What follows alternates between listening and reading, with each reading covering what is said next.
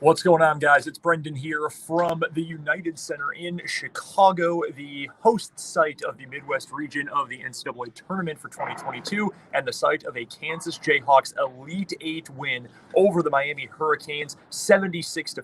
You can see behind me here, they are just finishing things up, cleaning up the floor, making sure things are all put away after an unbelievable game for KU. And 76-50, I mean, it sounds like a blowout win for KU. It was in the end a blowout win for KU, but really, and Bill Self used the old cliche from Charles Dickens, obviously, in his post-game press conference, it was a tale of two halves, and that's exactly what it was here at the UC today. Miami led at the break by 6 points, 35-29. KU shot the ball terribly. The Jayhawks were making just a third of their free throws in the first half. They didn't make a single three-pointer in 5 attempts in the first half, and Miami, while not playing especially well, was able to get something more going on the offensive end than KU was. So you going into the break, you're a Kansas fan, you're thinking, oh my God, here we go again. It's the Elite Eight curse for whatever reason. Bill Self's team struggled so much, just mightily in this Elite Eight round. But this time around, in the second half, things changed completely. Bill Self said that he didn't really tell them anything in particular during his halftime speech, his halftime message. He just said, hey, you know what to do. You've got to go guard. You've got to go stop. You got to go find a way to make shots.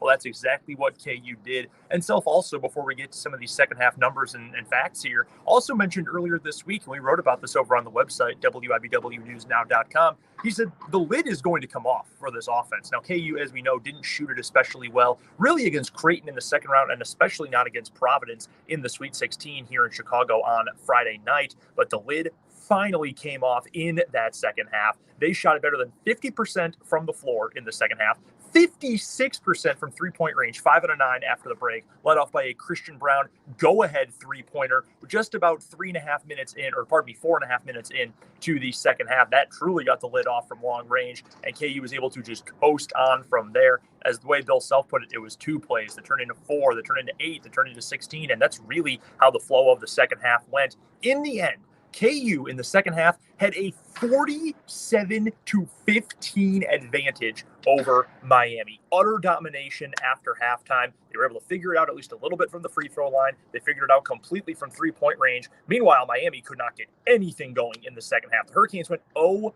of 11 from 3 after halftime, and frankly, that's because late in the game, they weren't really able to do anything other than just kind of chuck the ball at the rim and hope for the best. They end up shooting a much lower percentage from 3 than KU did, even with that terrible start from KU from shooting the 3 ball. Some individual scorers in this game for you. Ochai Agbaji, let's start with him. 18 points in the game. He leads KU in scoring. He goes 8 of 12 from the floor. Self has said over the last couple of days that, hey, Ochai Agbaji can play well. He doesn't have to be scoring the ball, shooting at an efficient clip to be playing well. And he reiterated that during postgame, but also there's no denying that it felt good for Ochai Agbaji to finally knock down a couple of three-pointers, to get some baskets cutting to the hole. A really solid game from the consensus All-American, the finalist for the Wooden Award for Player of the Year. He finishes, as I mentioned, with 18 points and even hit a three-pointer late in the second half, looked over to the crowd, gave the old Vince Carter "it's over" sign as well.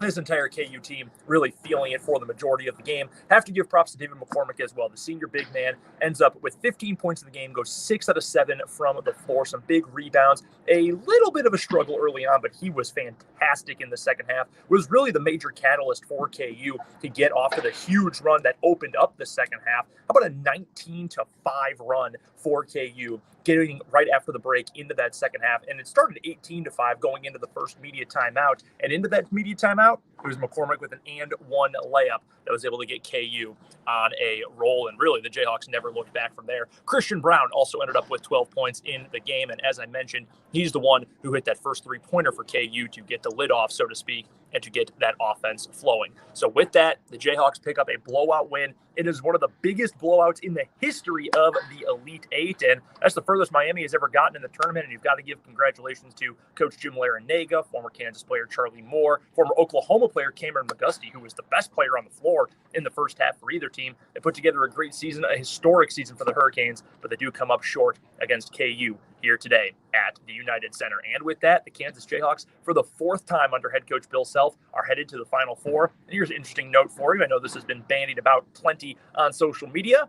Every single time the Final Four has been in New Orleans, KU has been there, and the Jayhawks will be heading back. They will be in action in the early game of the day this coming Saturday at the Superdome in New Orleans. So check your local listings, whether you are back in Kansas, whether you are watching East Coast Central Time, West Coast, whatever it might be. That game will tip off at 6:09 Eastern Time, 5:09 Central Time coming up on Saturday when KU face an old foe. The last time KU made it to the Final Four, played Villanova, got blown out in San Antonio. They're going to hope for a different outcome this time. KU will play Villanova. That game will be at the Superdome in New Orleans coming up on Saturday. KU, though, opening line, 3.5-point favorite. That's a Villanova team that's going to be playing without Justin Moore, one of its best players, after he suffered what looked to be a gruesome lower leg injury. And obviously, best thoughts to him. That happened on Saturday in their regional final. But one more time from the United Center as we give you the perspective on the court. One more time here from the UC as we get the camera all figured out there.